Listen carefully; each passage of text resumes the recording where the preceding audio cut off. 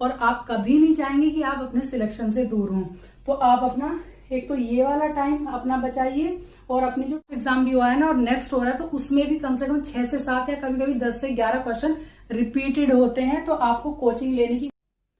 Hello नमस्कार, स्वागत है आप सभी का हमारे चैनल पे और आशा करते हैं कि आप लोगों की तैयारी एग्जाम की बहुत अच्छे से चल रही होगी अपनी टीजीटी पीजीटी की। और नेगेटिविटी अपने दिमाग में बिल्कुल मत रखिएगा, एकदम पॉजिटिविटी बना के रखिएगा कि एग्जाम भी बहुत जल्दी होगा, सिलेक्शन भी आपका जरूर होगा। तो आज हम बात करेंगे, देखिए जो ये भर्ती है 2022 वाली टीजीटी पीजीटी 4163 पदों पे है केवल और 13 लाख अभ्यर्थियों ने इसमें आवेदन किया है। तो इसमें कुछ लोग पूछ भी रहे हैं और कुछ लोगों की जिज्ञासा है कि क्या इतने में सिलेक्शन हो पाएगा, मतलब 13 लाख में हम कहाँ स्टैंड करेंगे। इस पे हम बात करेंगे, क्यों नहीं करेंगे और क्यों करेंगे, हम आपको सारी बात बताएंगे। और जितने भी एग्जाम होते हैं उसमें सबसे सुनहरा मौका, यूपी में तो सबसे सुनहरा मौका यही है जो 2022 वाला एग्जाम है सभी के लिए। अगर आप बहुत अच्छे से इसकी तैयारी कर लेंगे तो इससे अच्छा एग्जाम टीजीटी पीजीटी का आने वाला है नहीं, बिल्कुल भी। क्यों नहीं है, इसके पीछे के बहुत सारे कारण हैं, उन पे भी बात करेंगे हम। और अपनी तैयारी को आप किस तरह से आगे बढ़ा सकते हैं, सबकी बात करेंगे। तो चलिए पहले देखिए बात करते हैं कि जो टीजीटी पीजीटी 2022 वाला एग्जाम है सरकारी नौकरी का सबसे सुनहरा मौका है। क्यों मौका है? क्योंकि आने वाले एग्जाम में आपको पता है कि इसमें जीएस भी शामिल हो जाएगा। इसमें जो ये एग्जाम है आपका, केवल आपको अपने विषय की तैयारी करनी है, ठीक है, उससे ज्यादा कुछ नहीं करना। और समय भी आप लोगों को बहुत सारा मिल चुका है, 2 साल से ज्यादा हो चुके हैं। अभी तो टाइम लग रहा है डेट में, क्योंकि आयोग में बहुत सारी चीजें होनी बाकी हैं। तो उस समय का आप सदुपयोग कीजिए, अपने दिमाग को संयमित रख के। ऐसा नहीं है कि आप टाइम डेट नहीं आ रही है, लेकिन एक चीज अपने आप से पूछिए कि अगर डेट नहीं आ रही है, समय निकलता जा रहा है, तो क्या आपकी तैयारी पूरी है? अपने आप से सवाल कीजिए, आपसे बेटर कोई नहीं जान सकता कि आपकी तैयारी कितनी है, ठीक है। अभी अपने आप से सवाल कीजिएगा आप। तो इसमें सुनहरा मौका क्यों है? विषय केवल आपको अपना तैयार करना है, जीएस नहीं है बिल्कुल भी। नेक्स्ट टाइम जो है जीएस आपका शामिल होने वाला है, नेगेटिव मार्किंग इसमें है नहीं।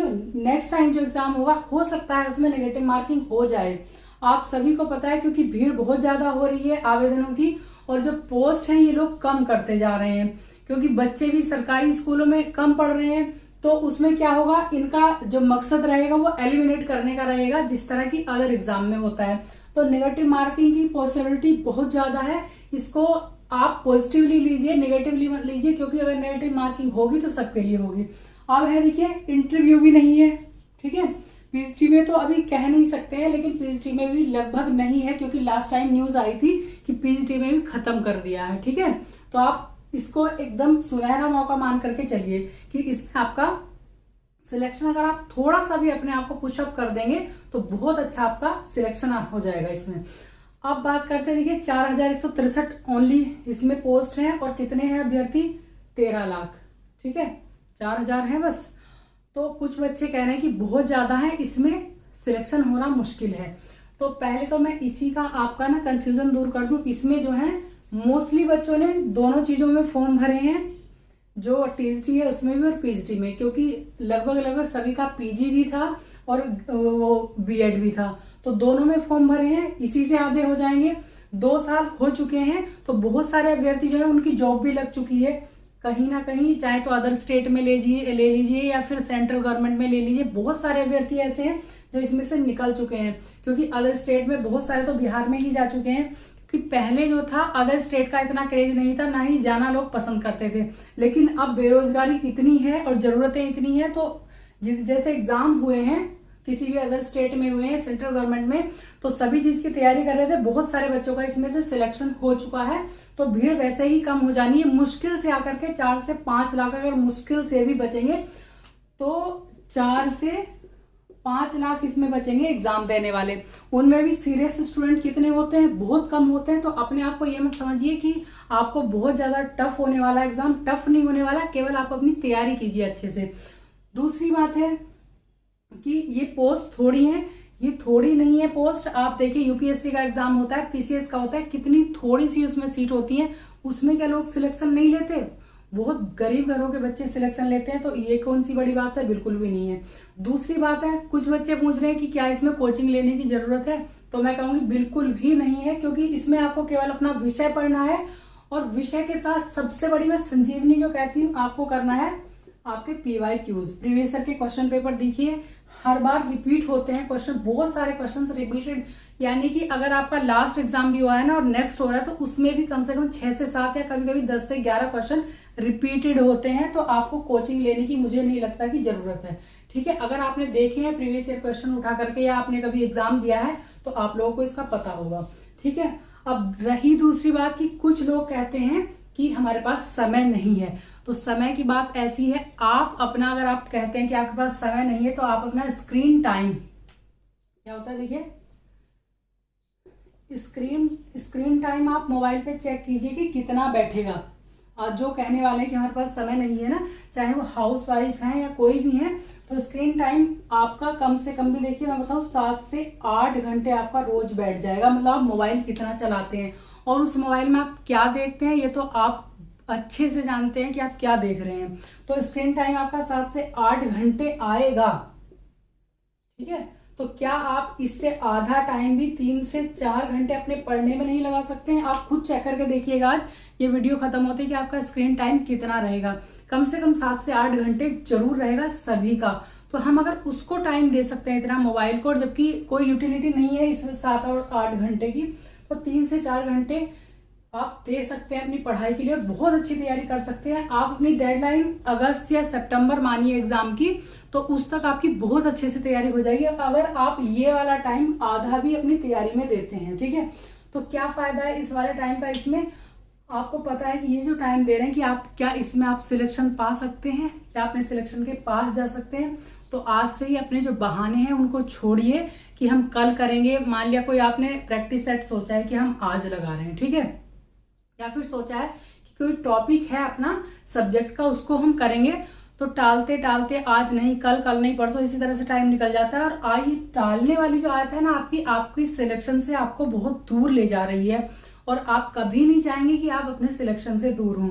तो आप अपना एक तो ये वाला टाइम अपना बचाइए और अपनी जो टालने वाली आदत है उस चीज को छोड़िए। अगर आपने डिसाइड किया कि आज करना है तो करना है, तो अपना प्रैक्टिस सेट जरूर लगाइए, रिवीजन भी कीजिए और अपना सिलेबस जो है सिलेबस तो सामने लगा करके रखिए।